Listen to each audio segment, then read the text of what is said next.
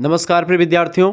आज के वीडियो के माध्यम से हम लोग चर्चा करेंगे मध्यकालीन इतिहास बीए फोर्थ सेमेस्टर के सिलेबस डिस्कशन के बारे में। आपको बता दूं कि आज की वीडियो के माध्यम से हम लोग बीए के फोर्थ सेमेस्टर के बच्चों के लिए बहुत ही इंपॉर्टेंट टॉपिक्स के बारे में आपको बताने का प्रयास भी करेंगे साथ साथ, चूँकि ये सिलेबस डिस्कशन ही नहीं बल्कि आपको एक ऐसी जानकारी देना है जिससे आपको ये पता लगे कि आपकी परीक्षा में किन किन टॉपिक से प्रश्न आते हैं। वैसे आपका सिलेबस ज़्यादा बड़ा है नहीं, बहुत ही बारीकी के साथ इसको समझने की कोई ज़रूरत भी नहीं आपको पड़ेगी, क्योंकि इससे पहले आप लोगों ने इन चीज़ों को पढ़ा हुआ है। मध्यकालीन इतिहास BA fourth semester major minor सभी के लिए नवीनतम सिलेबस 2025-26 का डिस्कशन होने जा रहा है, जिसमें आपको पढ़ना क्या है, हिस्ट्री ऑफ मॉडर्न इंडिया के बारे में, यानी आधुनिक भारत का इतिहास आपको पढ़ना है। 1857 ईस्वी से लेकर के 1950 ईस्वी। 1857 में चूंकि भारत का प्रथम स्वतंत्रता संग्राम का बिगुल जो बजाया जाता है, और उसके बाद में 1950 में जो गणतंत्र भारत की एक स्थापना होती है, भारत का संविधान लागू होता है, वहाँ तक आपको पढ़ना, यानी कि पूरा का पूरा जो स्वतंत्रता संग्राम रहा है उसकी पूरी की पूरी निचोड़ आपको देना है। ठीक है, इस दौरान क्या क्या हुआ, कैसे कैसे हुआ, सब कुछ आपको पढ़ना है। 1857 की जो पहली क्रांति हुई, प्रथम स्वतंत्रता स्वाधीनता संग्राम, वहाँ से लेकर के और जब तक देश आज़ाद नहीं हो जाता है तब तक आपको पढ़ना है। मान करके चलो लगभग आपका जो है, लगभग ये आप मान करके चलो कि 100 वर्षों का ये समय जो रहा है, ये बड़ा ही इंपॉर्टेंट समय रहा है। तो इसी 100 वर्षों के इतिहास के बारे में आपको जानना है। सभी विश्वविद्यालयों के लिए सिलेबस यही है, तो आप लोग बहुत ही बारीकी के साथ चीज़ों को देखेंगे। बीए द्वितीय वर्ष मध्यकालीन इतिहास चतुर्थ semester history of modern India 1857 AD to 1950 AD, यानी कि AD मतलब होता है एनो डोमिनी यानी ईस्वी, आधुनिक भारत का इतिहास 1857 से 1950। 8 इकाइयों में आपका सिलेबस बटा हुआ है। देखिए इकाई नंबर 1 में अगर बात करें क्या पढ़ना है, unit number 1 lord Lytton and lord Ripon. Lord Lytton और लॉर्ड रिपन ये दोनों जो कहते हैं कि भारत मतलब कि इंग्लैंड की तरफ से भारत प्रशासन करने वाले थे, ब्रिटिश ईस्ट इंडिया कंपनी की तरफ से थे और भारत प्रशासन कर रहे थे। तो ये वायसराय, ठीक है, इनके बारे में चर्चा करने, गवर्नर जनरल, तो इनके बारे में चर्चा करेंगे। इन्होंने क्या क्या काम किया, कौन कौन सी नीतियां बनाई, ठीक है, कौन कौन से सिद्धांत बताए, इनके समय में जो अच्छी अच्छी चीज़ें हुई या जो बुरी चीज़ें हुई, उन तमाम प्रकार के राजनीतिक जो चीज़ें हुई उन सभी के बारे में चर्चा करा जाएगा। ठीक है, फिर इसके बाद में इकाई नंबर 2 में अपने को पढ़ना है लॉर्ड कर्जन एंड जो है पार्टीशन ऑफ बंगाल, यानी लॉर्ड कर्जन। ठीक है, लॉर्ड कर्जन, यहाँ पर आर थोड़ा सा डिफरेंट लिखा था, लॉर्ड कर्जन और बंगाल विभाजन। ठीक है, बंगाल विभाजन एक त्रासदी के रूप में जो बंग भंग हुआ था, बंगाल को 2 हिस्सों में बांटा गया था। आपको पता होगा, एक पश्चिमी बंगाल, एक पूर्वी बंगाल। आज जो पश्चिमी बंगाल है वो पश्चिम बंगाल अपने भारत में है, और पूर्वी बंगाल जो आज के बांग्लादेश के नाम से जाना जाता है, वो पूर्वी बंगाल में हिंदू और मुसलमान यानी सांप्रदायिकता को बढ़ाने के लिए, हिंदू और मुसलमानों में फूट डालने के लिए ये अंग्रेज़ों की एक बहुत बड़ी नीति थी। इसका खूब जम करके विरोध हुआ बंगाल में भी, बंगाल ही नहीं बल्कि पूरे भारत में इसका जम करके विरोध हुआ, और अंतोगत्वा इसको वापस भी लेना पड़ा 1911 के आसपास तक, क्योंकि 1911 में जो है प्रिंस ऑफ वेल्स आने वाले थे और इसको वापस लेना पड़ा था। ठीक है, ये बात आप ध्यान रखेंगे। इनको वापस लिया गया और बंगाल विभाजन को रद्द भी किया गया। ठीक है, और जनता ने इसका बहुत जम करके विरोध किया था। तमाम पत्र पत्रिकाओं के माध्यम से बड़े बड़े विद्वान लोग भी इसका विरोध कर रहे थे। तो लॉर्ड कर्जन की जो नीतियां थीं उस समय की, उसके बारे में भी चर्चा करेंगे, और बंगाल विभाजन, ये दोनों भारतीयों के मन में राष्ट्रवाद पाने के लिए बहुत ही इंपॉर्टेंट चीज़ें थी। इसके बारे में पूरा विस्तार से हम चर्चा करेंगे। इकाई नंबर 3 आएगा उसके बाद में। इकाई नंबर 3 में हम लोग चर्चा करेंगे जो है commercialisation of agriculture and its impact on India, यानी कि कृषि का व्यवसायीकरण और भारत पर उसका प्रभाव। कृषि का जो व्यवसायीकरण हुआ, ये क्यों हुआ, कैसे हुआ, इसको लेकर के क्या क्या नीतियां बनाई गई, उन तमाम नीतियों के बारे में, यहाँ से जो जो क्वेश्चंस आपकी परीक्षा में पुटअप हुए हैं उसके बारे में चर्चा करेंगे। वैसे यहाँ से इन दोनों इकाइयों से लगभग आपका मान कर चलो कि 30 नंबर के क्वेश्चंस यूनिट नंबर 1 और यूनिट नंबर 2 से ही आते हैं। ठीक है, बाकी में आपके सारे सब हैं, तो इन सभी के बारे में हम एक एक पॉइंट के बारे में चर्चा करेंगे। इकाई नंबर 4 में हम पहुंचेंगे। इकाई नंबर 4 में अपने को पढ़ना development of railway and its impact, यानी कि भारत में रेलवे का विकास कैसे हुआ, रेलवे का पूरा इतिहास देखेंगे और उसका क्या प्रभाव पड़ा भारत में। आप देखते हैं कि रेलवे के विकास से कच्चा माल विदेशों को जाने लगता है और वहाँ से फिर माल बन करके फैक्ट्री से भारत आता है, या यहाँ से आप देखते हैं तमाम प्रकार की चीज़ें जाने लगती हैं, आयात निर्यात बढ़ जाता है, कनेक्टिविटी जो है ज़्यादा बढ़ जाती है इंग्लैंड और भारत के बीच में रेलवे के विकास से। रेलवे के विकास से ना केवल भारत और इंग्लैंड के बीच बल्कि एशिया और यूरोप के बीच में भी आप देखते तालमेल बहुत ही बढ़िया बन जाता है। और भारत का जो धन था वो इंग्लैंड गया, वो रेलवे के माध्यम से गया। रेलवे के विकास से कंपनी को बहुत ही आसानी हुई और कंपनी बहुत ही आराम से लूटने लगी भारतीय पूरे के पूरे एक जो पूरा स्ट्रक्चर था उसको साफ करती रही। ठीक है, आपके लिए व्यवस्था की बात की है तो आपके लिए ग्रुप की व्यवस्था कर दी गई है। अगर आप बीए के जो है 4th सेमेस्टर में हैं तो आपके लिए कोर्स की व्यवस्था कर दी गई है। 91 61 93 60 62 पर आपको SMS करके हमारे ग्रुप में ज्वाइन हो जाना है। व्हाट्सएप का ग्रुप है, अपना नाम, ठीक है, अपने यूनिवर्सिटी का नाम और अपने सब्जेक्ट के नेम आपको कुल लिख करके भेज देने हैं। ठीक है, आपके पास एक स्कैनर भेजा जाएगा, वहीं पर आपको जानकारी दी जाएगी। आपको 100 रुपीज़ केवल पेमेंट कर दे, यानी 100 रुपीज़ आपकी फ़ीस होगी। और इसी 100 रुपीज़ में आपके लिए कितनी व्यवस्था की जाएगी, आपके 3 जो मेजर सब्जेक्ट हैं उसकी तैयारी, 1 माइनर सब्जेक्ट, 1 को करिकुलर सब्जेक्ट आपका। ठीक है, यानी कि यहाँ पर आपके 5 सब्जेक्ट की तैयारी जो हो जाएगी वो आपकी कितने में हो जाएगी, मात्र और मात्र 100 रुपीज़ में आपकी 5 सेमेस्टर मतलब 5 सब्जेक्ट की तैयारी, जिसमें आपको लाइव क्लासेस भी मिलेंगी, वीडियो लेक्चर्स भी आपको मिलेंगे, पुराने मॉडल पेपर भी आपको मिल जाएंगे। ठीक है, पुराने मॉडल पेपर के साथ साथ क्वेश्चन पेपर भी आपको मिल जाएंगे। ठीक है, इसके अलावा आपकी परीक्षा चाहे MCQs बेस्ड हो, चाहे आपकी परीक्षा जो है सब्जेक्टिव हो यानी लिखित हो, उन सभी के लिए पूरी व्यवस्था कर दी गई है। इसके लगभग 5 मॉडल पेपर, 5 प्रैक्टिस सेट, इसके भी 4-5 मॉडल पेपर या प्रैक्टिस सेट आपको मिल जाएंगे। विथ आंसर भी देने का प्रयास रहेगा, सब कुछ आपके लिए व्यवस्था कर दी जाएगी। इसके अलावा फिजिकल एजुकेशन एंड योगा जो आपका 4th सेमेस्टर में को करिकुलर में है, इसकी बहुत ही बेहतर तैयारी, लगभग आपके 10 मॉडल पेपर इसके व्यवस्थित कर दिए जाएंगे, जिससे बाहर कुछ आने वाला होगा नहीं आपका।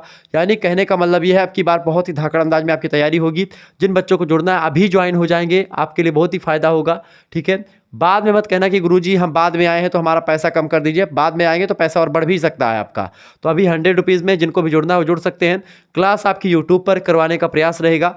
बाकी PDF वगैरह सारे के सारे PDF जो नोट्स होंगे आपके, PDF नोट जो होंगे वो आपको व्हाट्सएप ग्रुप में ही मिलेंगे। ठीक है, और क्लासेस भी कुछ प्राइवेट माध्यम में जो आएंगी वो भी आपको उसी ग्रुप में मिलेंगी। ठीक है, चूंकि सारी क्लासेस यूट्यूब पर आपको नहीं देखने को मिलती हैं तो वो सब आपको व्हाट्सएप ग्रुप में भी मिलते हैं का प्रयास रहेगा। तो इस तरीके से आपकी बेहतर तैयारी होगी और आपके एग्जाम से पहले पहले रिवीजन क्लास, महामैराथन क्लास, मॉडल पेपर के माध्यम से आपका संपूर्ण सिलेबस भी कवर हो जाएगा। वैसे मैं प्रयास करूंगा कि सिलेबस आपका जल्दी कंप्लीट हो। ठीक है, ताकि आप बेहतर तरीके से रिवीजन वगैरह कर पाएँ। ठीक है, तो चलिए जिनको भी जुड़ना है वो जुड़ सकते हैं। सभी सब्जेक्ट की तैयारी होगी आपकी, केवल एक सब्जेक्ट केवल हिस्ट्री की नहीं बल्कि ज्योग्राफी, पॉलिटी, हिस्ट्री, हिंदी सभी की। हिंदी के तो 2 क्लास अवेलेबल भी हो चुके हैं, आप उनको देखें। तो फटाफट से SMS करें, नाम, यूनिवर्सिटी नाम, सब्जेक्ट नेम अपना 91 93 60 62 पर।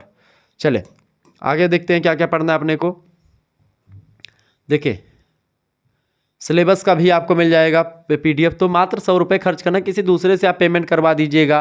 ठीक है, गूगल पे, फ़ोन पे जो भी चलाते होंगे, तो इसमें सोचने की ज़रूरत नहीं है। आपको सीरीज वगैरह खरीदेंगे उसमें परेशान होंगे उसको। ठीक है, अब मात्र 100 रुपये की बात है, उसमें भी आप लोग जुड़ना नहीं चाह रहे हो तो थोड़ा सा दिमाग ना लगाया करो ज़्यादा। कभी कभी आप दिमाग ओवर लगा देते हैं कि 100 रुपये इसको देने से क्या फ़ायदा होगा, ये होगा, बहुत फ़ायदा होगा। जो बच्चे जुड़े उनसे आप पूछें। ठीक है, चले इकाई नंबर 5, इसमें क्या होगा, development of education in colonial India. और 2024 या 25 में जो क्वेश्चन पेपर, जैसे 25 में अभी पेपर होगा आपका, जैसे किसी दूसरे विश्वविद्यालय का पेपर होगा उसका पर्चा भी आपको मिल जाएगा वहाँ पर ग्रुप में। तो इससे क्या होगा कि आपको अंदाज़ा लगेगा कि पेपर हमारे कैसे आएंगे, किस तरीके से आएंगे। अब की बार तो ऑब्जेक्टिव आपकी पेपर होने वाले हैं। अब की बार नंबर आपको झौआ भर भर के मिलेगा, झौआ भर भर के नंबर मिलेगा।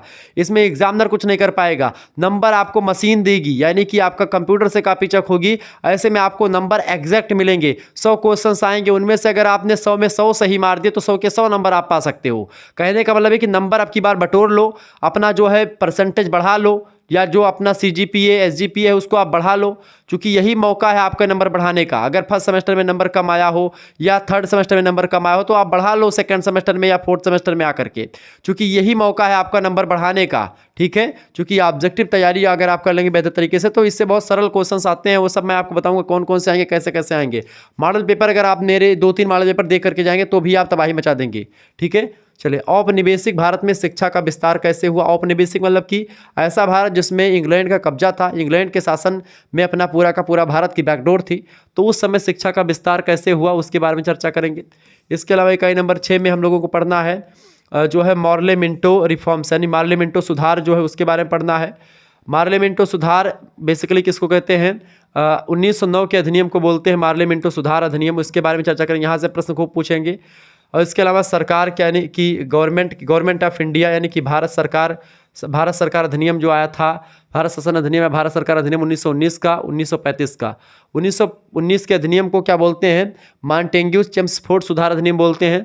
और 1935 में जो आया था तो भारत का सबसे बड़ा जो भारत शासन अधिनियम था वही था। यहीं से लगभग आप मान के चलो कि पूरा भारतीय संविधान को ग्रहण किया गया, आधा से अधिक संविधान में यहाँ की चीज़ें सम्मिलित हैं। तो कहीं ना कहीं पे ये तीन जो है 1909 का अधिनियम, 1919 का, 1935 का, ये तीनों से क्वेश्चंस आएंगे और 15 नंबर का क्वेश्चंस इससे कम तो आता ही नहीं है। मतलब मान के चलो कि 15 से 20 नंबर का क्वेश्चंस यहाँ से आपका एकदम से 100% तय है आएगा। ठीक है, तो ये बात आप ध्यान रखेंगे। इसके अलावा इकाई नंबर आपका आ गया 7। इकाई नंबर 7 में आपको rise and development of communalism in India, यानी कि भारत में सांप्रदायिकता का उदय कैसे हुआ। सांप्रदायिकता मतलब कि जब दो धर्म के बीच में अपने धर्म को बढ़ाने के लिए वर्चस्व होता, संघर्ष होता है, एक धर्म के लोग दूसरे धर्म के लोगों को मारने का या वैमनस्यता उनके बीच में फैल जाती है, एक दूसरे को लोग देखना नहीं चाहते हैं, ऐसे जो है जो विचार की धारणा उत्पन्न होती है, यही विचार की धारणा को ही हम कम्युनलिज्म या संप्रदायवाद कहते हैं। जब हम अपने धर्म को बढ़ाने के चक्कर में किसी दूसरे धर्म को कूटने का प्रयास करते हैं, दूसरे धर्म को दबाने का प्रयास करते हैं कि हमारा धर्म सर्वोपरि है। अरे भाई, तेरा धर्म सर्वोपरि है, ठीक है, मान लिया, या हमारा धर्म सर्वोपरि है, मान लिया, लेकिन किसी दूसरे के धर्म को दबा करके कुचल करके हम अपना बड़ा बन जाएं, ये कोई महत्व नहीं होता है। यानी अपने धर्म की क्वालिटी बढ़ाओ, विशेषताएं बढ़ाओ, जिससे दूसरे धर्म के लोग भी आपके धर्म का रिस्पेक्ट करें। ठीक है, और बस ये केवल कह देना कि हमारा धर्म जो है मतलब हम ही सबसे बड़े हैं, ये उचित नहीं होगा। अपने धर्म की क्वालिटी और क्वांटिटी इतनी बढ़ाओ जिससे क्या हो कि लोग उसको अपनाने के लिए मजबूर हो जाएं। ठीक है, तो ये होता है आपका वास्तविक चीज़ें। लेकिन अब संप्रदायवाद में क्या होता है कि धर्म के आधार पर लोग लड़ते भिड़ते हैं। राजनीति के लोग जो होते हैं इसमें अपनी राजनीतिक रोटियां सेकते हैं सांप्रदायिकता नाम के चूल्हे पर, और ये आग लगाते हैं ये लोग एक प्रकार संप्रदायवाद का धर्म के नाम पर। धर्म नाम की चिंगारी संप्रदायवाद के चूल्हे पर जब एक प्रकार से पकती रोटी है तो राजनीतिक लोग जो होते हैं बैठ करके खाते हैं। इसीलिए सुदामा प्रसाद पांडे धूमिल जो कहने से जनता का प्रजातंत्र, या उन्होंने सुदामा प्रसाद पांडे का प्रजातंत्र तमाम प्रकार की रचनाएं लिखी, हिंदी में बहुत फेमस राइटर रहे हैं। लिखा कि एक आदमी है जो रोटी बेलता है, एक आदमी है जो रोटी को खाता है, और एक है रोटी से खेलता है।